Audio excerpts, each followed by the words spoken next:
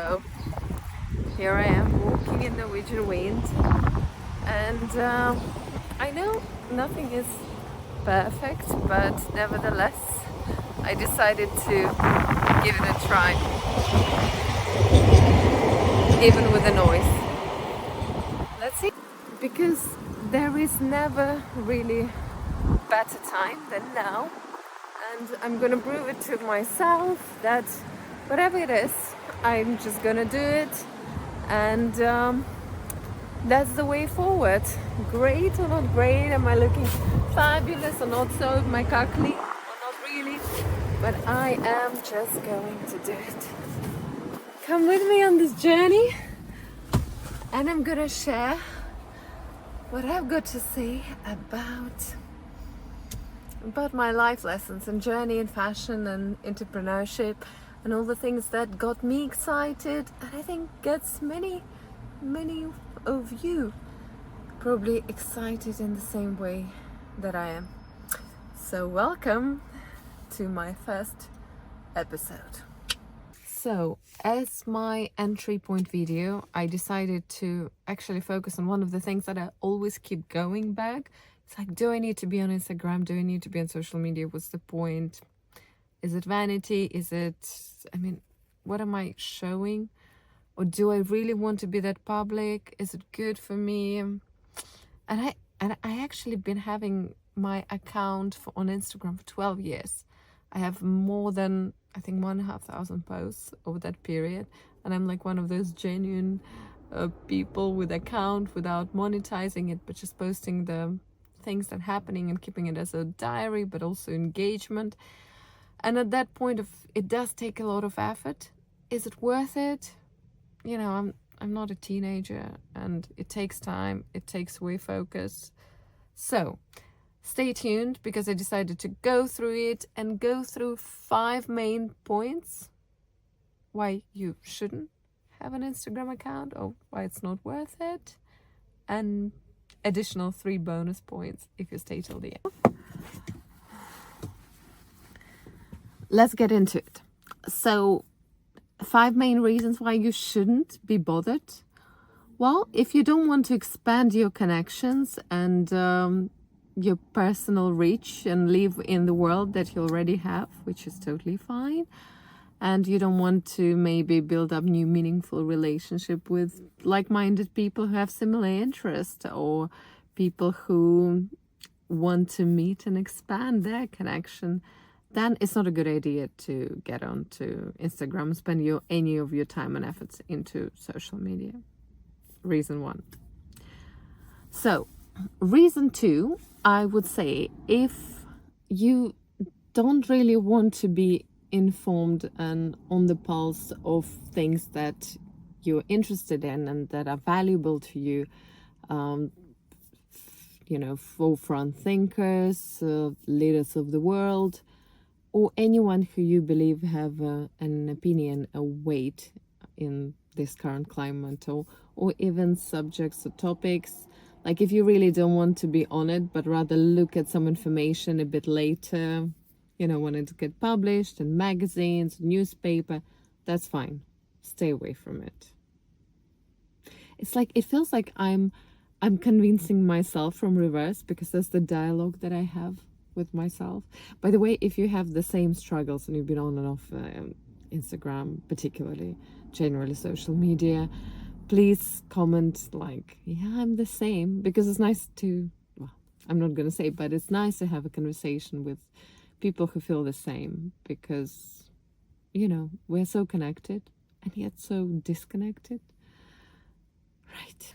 But we're to reason number 3.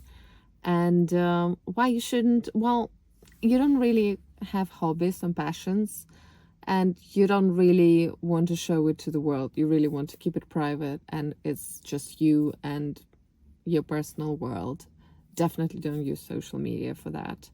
Also, because some people, what they do is, it's a great outlet to put your work out there, even if your work is not to be monetized on, it's just a hobby, but it's something that you want to share with the world. Yeah, but keep it private. Don't use social media. This is number 4. And if you don't want to engage into conversation with many other people on the topic that are meaningful to you, that are current to you, and just generally expand your social perspective in that ongoing communication, don't use social media. This one is, yeah, kind of both ways, because do you use it for creating a real connection? Because especially Instagram can feel very intimate, because people send you DMs, you understand it's the person who you're seeing, it's responding to you. And of course, it's not anything like meeting in real time in real world, but also in perspective, putting it, people are leaving now everywhere, and the friends that we used to have might live somewhere else, and new people we met, I don't know, on the other side of the world, maybe somewhere else now, and that allows that communication flowing without the long distance and disconnect. But if none of that matters, then definitely don't use it. So that was number 4, kind of controversial. And let's not forget number 5. One of the biggest reasons why people use social media is for entertainment. So don't use Instagram, social media, if you don't want to be entertained. From cat videos to funny videos to curious videos to maybe even learning language or new ways to put the information in more memorable way through different storytelling of different creators, or perhaps things that you're really interested in. Don't use social media. Yeah, I mean, you don't want to be entertained on Instagram, TikTok. No, let's keep it serious. Really, keep your life on point. That's how that's how I sometimes view things, and that's why I'm really of social media, because it's like I'm wasting my time on this, all kinds of things and crap. But there is always, we're human beings and we go through patterns, and entertainment is something that we need to unwind and switch our mind off. Yeah, don't use it. Don't use social media. Let's not entertain ourselves. Keep it serious. Keep things working. Be 100% focused. Zen. Off phone, off platforms. So that were the list of my 5 reasons of not to use social media. So, quick rewind. So we had 5 reasons not to be on social media. Number 1, we do not want to we don't want to expand our social network. We don't want to stay informed and educated on the current things. We don't want to share our passion and hobbies. No, keep it to yourself. Number 4, we don't want to engage into more meaningful conversation with really like-minded people. And number 5, we don't want to just have fun and entertainment on social media and TikTok and Instagram. So here's the main 5 reasons, maybe obvious, but just to get through it. And that's one of the reasons why I'm doing it on my first video on going on YouTube, because every time I just keep going around, what's the point? Why do I need it? What are the things? And this is just 5 very basic factors. But as I promised, if you're still watching it, if you're still watching me, and thank you so much, 3 bonus points of why we shouldn't do it. Why we should use social media. So 3 bonus points is, number 1, and I think it's very important for many, is really, it's very important this day and age, is your personal branding. And whether you're running a business, whether you are a student, whether you're a young professional, individual, etc., etc., etc., it's like this platform allows you to create and craft that image of the personal brand that you want to be, almost like collage-like. It allows you to create that perfect image of yourself, even if you're not there yet, but you can really craft as you go. And I think that's very helpful in many ways, as you do socially, also you are putting yourself out in the world without being scared, but also actually seeking and being open to opportunities. So saying that, let's go to the second bonus point.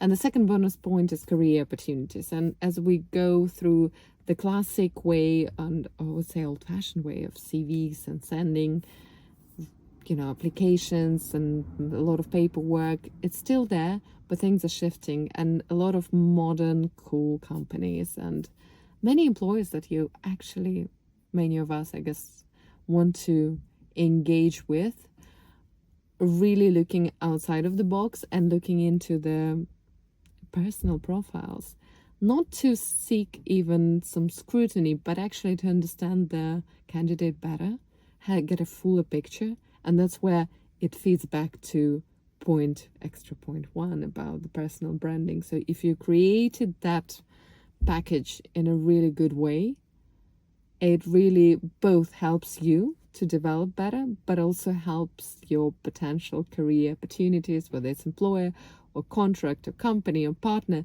to understand you quicker and see, what you're about, and really engage with you and see more beyond 10-20 minute interview or something that's written on the paper. So, and let's get to the final one. So, and the final point, and one of the wonderful things, is shared experience. So what a lot of creators and the people who create courses and people who are trying to sell products online and selling their businesses or something, the whole economy is now, info business is created like you should give value first, and then if somebody is appreciating the value, they can engage with you. But without getting into monetized stuff or paying money for something, the social media platforms, if you manage it right for yourself, it allows you to have that access to all this experience from the comfort of your own device. You can be anywhere in the world. You can be doing or managing your time however you want, and still getting into that very particular experiences in that niche that interests you, and that knowledge that somebody else passing on. And I think that's kind of being overlooked because of the volume of information, absolutely. But sometimes you can get stuck onto some simple issue, and then technical issue even, and then you go into YouTube, like how to fix the whatever format of the document, or how to do that, something that you may know but don't know that intricacy of that particular thing. And that's where it's so helpful to, and so wonderful that we live in this world of technology and social active communication and interaction and exchange, because you can find these answers. And especially if you get into creators that align with you, that you think they have value and they have experience, knowledge that very interesting and valuable for you, so you can really get a lot from it. So so I think for me it does take a lot of time, absolutely, and to be on social media, it does scrutinize the mental health perspective and life balance, and that's why I think it's particularly important to approach it from the adult grown-up perspective of life balance, understanding yourself and patterns. But it also have a lot of opportunities, and I think dismissing it or ignoring it or kind of feeling a bit it's all this too much, it's too quick, and it's all rubbish, takes my focus away, all of it has its point. But fundamentally, that's the world we are living in. That's how we consume information now. Most of the millennials up and Gen Z, etc., nobody's watching, old-fashioned platforms of source of whether it's newsletter or news, TV. Nobody's watching that. So this social media became the key source of information. And also the accessibility that we have is really gives us all the tools to be and create who we are in much easier way than ever before. It's just to make that decision and understanding who you want to be is, of course, very important. So on that note, this is something I really want to talk in the next video. So stay tuned, sign up and subscribe. Thank you. I know it's the first video, and I really appreciate your likes. I have none, and I would love to have some, and also gives a feedback, that digital feedback, but also I know there are real people behind it, and I appreciate it so much that you spend your time looking at me and taking my advice in. Thank you guys, and ciao for now.